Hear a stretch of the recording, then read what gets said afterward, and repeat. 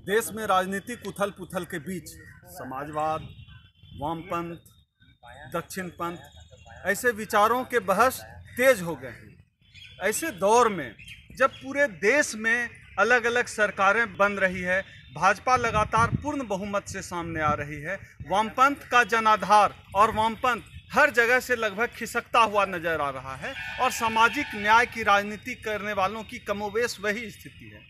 ऐसे में आज हमारे साथ बात करने के लिए न्याय मंच के नेता रिंकू मौजूद हैं। रिंकू पिछले दिनों भागलपुर के माले के जिला सचिव रह चुके हैं और अभी जो है सामाजिक न्याय की नई राजनीति को लेकर रिंकू न्याय मंच लेकर सामने आए हैं। नई राजनीति की बात करते हैं, राजनीति में नए संभावनाओं की बात करते हैं। तो सबसे पहले रिंकू से हम यह समझेंगे कि वामपंथ का जो है हिंदी पट्टी में, न केवल राष्ट्रीय राजनीति में, खास तौर पर हिंदी पट्टी में वामपंथ का क्या भविष्य है। तो रिंकू सबसे पहले यह बताइए कि आपको क्या भविष्य दिखता है हिंदी पट्टी में वामपंथ का। ये मैं क्या कोई भी बता सकता है कि वामपंथ का क्या भविष्य है। हिंदी पट्टी में वो अच्छी खासी ताकत रखते थे। अभी यूपी का इलेक्शन हुआ है, यूपी में भी एक समय वो अच्छी खासी ताकत रखते थे। आज यूपी में उनका हश्र आपने देख लिया। बिहार में एक समय में असेंबली के भीतर भी वामपंथ अच्छी खासी ताकत रखता था। यहाँ तक कि लालू के सामने आने के समय भी, जिसमें लालू बिहार की राजनीति में आए, उस समय भी असेंबली के भीतर सीपीआई 25 सीट लेकर थी। लेकिन इन दिनों उसके बाद लगातार आप देख रहे हैं, एक तरफ से भाजपा मजबूत हुई बिहार में हिंदी पट्टी में, सामाजिक न्याय की जो के नाम पर जो राजनीति सामने आई वो अपने उफान पर पहुंची और वहां से फिर वो नीचे की तरफ भी उतर रही है। लेकिन वामपंथ लगातार पीछे जा रहा है। बिहार में भी वामपंथ लगातार पीछे गया है।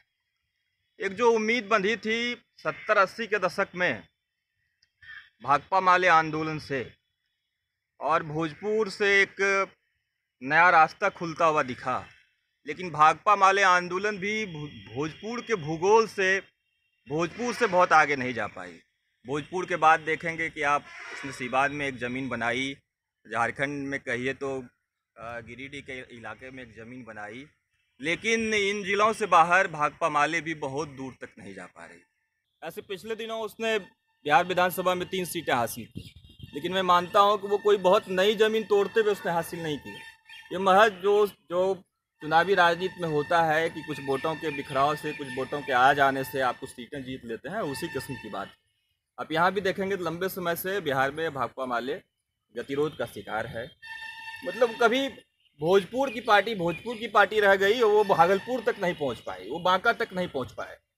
तो आप सीपीआई को देखें हिंदी पट्टी में, सीपीएम को देखें, और कहिए उन लोगों की अपेक्षा जो एक नई पार्टी थी जिससे एक दौर में उम्मीदें भी पैदा हुई थी, भाकपा माले, उसकी भी स्थिति देख लें। इस दौर में जब ब्राह्मणवादी शक्तियों का हमला तेज हुआ है, फांसीवादी हमला तेज हुआ है, उस दौर में वामपंथ से बहुत लोग उम्मीदें कर रहे हैं कि वामपंथ को इस दौर में बहुत ताकत के साथ प्रतिरोध में आना चाहिए, जनता को गोलबंद करना चाहिए। लेकिन इस दौर में भी है वो ऐसा हम कुछ नहीं देख पा रहे। अब बात रही सामाजिक न्याय के नाम पे चलने वाली राजनीति, तो ये लगातार यूपी में हो कि बिहार में हो, भाजपा को रोकने के नाम पर चलती रही, मुसलमानों का वोट लेती रही। मैं तो मानता हूं कि ये जो सामाजिक न्याय के नाम पे चलने वाली राजनीति है, इसका कंटेंट ही बहुत सेकुलर डेमोक्रेटिक नहीं रहा। रिंकू जी, कंटेंट में बहुत सोशल जस्टिस का एजेंडा नहीं रहा। रिंकू जी, आप यह बात कह रहे हैं, वहीं दूसरी तरफ वामपंथी पार्टियां लगातार कह रही है कि वह दलितों की असली पार्टी है, पिछड़ों की असली पार्टी है। तो दलितों को लेकर अगर जानना चाहें हम, तो वामपंथ में, आप वामपंथी पार्टियों में, वामपंथी संगठनों में दलित को कहाँ देखते हैं? भाई, आप कहते हैं कि हम दलितों की पार्टी हैं, हम पिछड़ों की पार्टी हैं, हम वंचित समूहों की असली पार्टी है। ये तो हिंदी पट्टी में भी वंचित समूहों ने नहीं माना। अगर ये माना होता तो आप लालू, मुलायम, मायावती के उभार के दौर में पीछे नहीं चले जाए। कोई वजह तो थी जिस वजह से दलितों ने, वंचित समूहों ने आपको छोड़ दिया। उन वजहों की, उन कारणों की आपको तलाश करनी थी, आपने तलाश करने से इनकार कर दिया। और जब तक उन वजहों की आप तलाश नहीं करेंगे, किन वजहों से, किन सवालों से किन आकांक्षाओं को आप एड्रेस नहीं कर पा रहे थे उस दौर में, जिन वजहों से ये आपके से अलग हो गए। और इसकी तलाश जब तक नहीं होगी, मैं नहीं मानता कि वास्तव में दलित और वंचित समूहों को वामपंथ भी ओवर कर सकता। फिर क्या कहा जाए, फांसीवाद का उभार बढ़ता जा रहा है, भाजपा हर जगह सत्ता में आ रही है, तो इसको कैसे समझें? फिर नई राजनीति कैसी होगी? विपक्ष बहुत कमजोर हो गया, तो नई राजनीति कैसी होगी? देखिए, असेंबली में कहीं विपक्ष कमज़ोर हो जाए, पार्लियामेंट में कहीं विपक्ष कमज़ोर हो जाए, लेकिन हम मानते हैं कि इस दौर में जनता ही विपक्ष है। जिस गुजरात को बताया जा रहा था मॉडल के बतौर, भाजपा मॉडल के बतौर पेश कर रही थी, और कोई सोचता भी नहीं होगा कि वहाँ ऊना से का आंदोलन खड़ा होगा और जो दलित मुस्लिम एकता को बुलंद करेगा। तो आपने गुजरात से देखा कि सामाजिक न्याय की एक नई धारा फूट पड़ी। रोहित वेमुला की संस्थानिक हत्या होती है और पूरे देश में छात्र, नौजवान और वंचित समूह सड़क पर उतर जाता है। अंबेडकर भवन को महाराष्ट्र में तोड़ा जाता है, वंचित समूह सड़क पर उतरता है। कहीं भी दलितों पे हमले हो रहे हैं, चाहे वो कैंपस में वंचित समूहों पर हमला चल रहा हो अभी के दौर में, या कैंपस से बाहर, आप देखते हैं कि वंचित समूहों के छात्र, नौजवानों से लेकर उसके बुद्धिजीवियों की, उसके सोचने समझने सोचने समझने वाले लोगों की, उसके भीतर के जो आम आदमी हैं उसकी, वो सड़कों पे आ रहे हैं। तो हम मानते हैं कि ये जो लड़ाइयाँ हैं, ये जो जनता की पहलकदमी है, ये जनता की पहलकदमी ही नई सामाजिक न्याय की नई राजनीति को सामने लाएगी। तो वामपंथ में, आप वामपंथी पार्टियों में, वामपंथी संगठनों में दलित को कहाँ देखते हैं? भाई, आप कहते हैं कि हम दलितों की पार्टी हैं, हम पिछड़ों की पार्टी हैं, हम वंचित समूहों की असली पार्टी हैं। ये तो हिंदी पट्टी में भी वंचित समूहों ने नहीं माना। अगर ये माना होता तो आप लालू, मुलायम, मायावती के उभार के दौर में पीछे नहीं चले जाए। कोई वजह तो थी जिस वजह से दलितों ने, वंचित समूहों ने आपको छोड़ दिया। उन वजहों की, उन कारणों की आपको तलाश करनी थी, आपने तलाश करने से इनकार कर दिया। और जब तक उन वजहों की आप तलाश नहीं करेंगे, किन वजहों से, किन सवालों से, किन आकांक्षाओं को आप एड्रेस नहीं कर पा रहे थे उस दौर में, जिन वजहों से ये आपके से अलग हो गए, और इसकी तलाश जब तक नहीं होगी, मैं नहीं मानता कि वास्तव में दलित और वंचित समूहों को वामपंथ भी ओवर कर सकता। कहीं ऐसा तो नहीं है रिंकू जी की जो जाति का सवाल है, भारत जातियों में बटा हुआ देश है, जाति की समस्याओं का समाधान वामपंथ जो है क्लास में खोजता रहा, वर्ग में खोजता रहा? देखिए, हम तो मानते हैं कि इस देश में जो वामपंथी राजनीति रही है उसकी समझ कुल मिलाकर मैं मानता हूँ कि ये जो कभी रूस से जो किताबें आती थीं, वो प्रकाशन का क्या नाम था, प्रगति प्रकाशन की किताबें, उसके उन किताबों के पन्ने बहुत चिकने हुआ करते थे। हमारे देश के कम्युनिस्ट यही समझते रहे कि इस देश के अंदर क्लास स्ट्रगल भी उसी तरह से किसी चिकने पन्ने पर चलेगा। लेकिन आपको भारत के संदर्भ में क्लास स्ट्रगल चलाना है। भारत के संदर्भ में कोई क्लासिकल क्लास मौजूद नहीं। यहाँ पर अगर वर्ग यथार्थ है तो जाति भी यथार्थ है, और वर्ग और जाति के बीच बहुत ही गहरा संबंध है। कभी कभी तो वर्ग और जाति एक साथ आपको खड़ा दिखेगा। तो यहाँ के वामपंथियों के साथ ये संकट रहा। उन्होंने जाति प्रश्नों को गंभीरता से नहीं देखा। उन्होंने मान लिया कि भाई हम क्लास स्ट्रगल चलाएंगे, क्रांति हो जाएगी, जाति का प्रश्न भी हल हो जाए।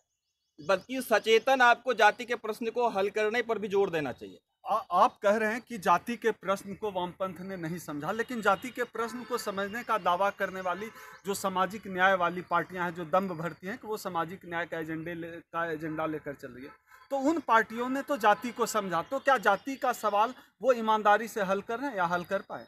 देखिए, मैं तो सामाजिक न्याय की राजनीति जिसको बोलते हैं आप, जो दलित पिछड़ा राजनीति है, मैं उसको सामाजिक न्याय के नाम पर चलने वाली राजनीति मानता हूँ।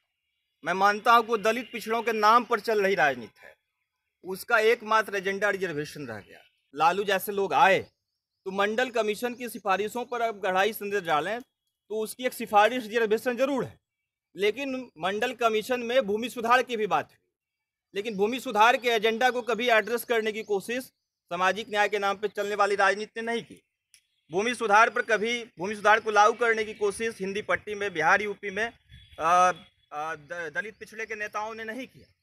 तो रिजर्वेशन के इर्द गिर्द कुल मिलाकर बात रह गई और उस रिजर्वेशन को भी बहुत गहराई से तमाम क्षेत्रों में लागू करने की जो जद्दोजहद होनी चाहिए वो इन ताकतों ने नहीं की। तो ऐसे दौर में जबकि वामपंथ भी जो है लगभग नहीं के बराबर है और सामाजिक न्याय वाली पार्टियों का भी जो है पार्टियों की भी जो स्थिति है वो लगातार जो है बिगड़ती जा रही है, ऐसे दौर में फिर क्या कहा जाए? फांसीवाद का उभार बढ़ता जा रहा है, भाजपा हर जगह सत्ता में आ रही है, तो इसको कैसे समझें? फिर नई राजनीति कैसी होगी? विपक्ष बहुत कमजोर हो गया, तो नई राजनीति कैसी होगी? देखिए, असेंबली में कहीं विपक्ष कमज़ोर हो जाए, पार्लियामेंट में कहीं विपक्ष कमज़ोर हो जाए, लेकिन हम मानते हैं कि इस दौर में जनता ही विपक्ष है। जिस गुजरात को बताया जा रहा था मॉडल के बतौर, भाजपा मॉडल के बतौर पेश कर रही थी, और कोई सोचता भी नहीं होगा कि वहाँ ऊना से का आंदोलन खड़ा होगा और जो दलित मुस्लिम एकता को बुलंद करेगा। तो आपने गुजरात से देखा कि सामाजिक न्याय की एक नई धारा फूट पड़ी। रोहित वेमुला के संस्थानिक हत्या होती है और पूरे देश में छात्र, नौजवान और वंचित समूह सड़क पर उतर जाता है। अंबेडकर भवन को महाराष्ट्र में तोड़ा जाता है, वंचित समूह सड़क पर उतरता है। कहीं भी दलितों पे हमले हो रहे हैं, चाहे वो कैंपस में वंचित समूहों पर हमला चल रहा हो अभी के दौर में या कैंपस से बाहर, आप देखते हैं कि वंचित समूहों के छात्र, नौजवानों से लेकर उसके बुद्धिजीवियों की, उसके सोचने समझने हिस्से वालों, सोचने समझने वाले लोगों की, उसके भीतर के जो आम आदमी हैं उसकी, वो सड़कों पे आ रहे हैं।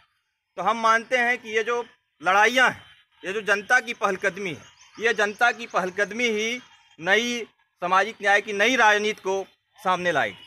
तो ये थे रिंकू, जो वामपंथी पार्टी के जिला सचिव रह चुके हैं और आजकल नए सामाजिक न्याय की राजनीति की बात कर रहे हैं। यह वामपंथ की कमजोरियों को बताने के साथ साथ सामाजिक न्याय की राजनीति करने वालों के सीमाओं को भी रेखांकित कर रहे हैं। कैमरामैन मुकेश के साथ ओम सुधा, नेशनल दस्तक, भागलपुर।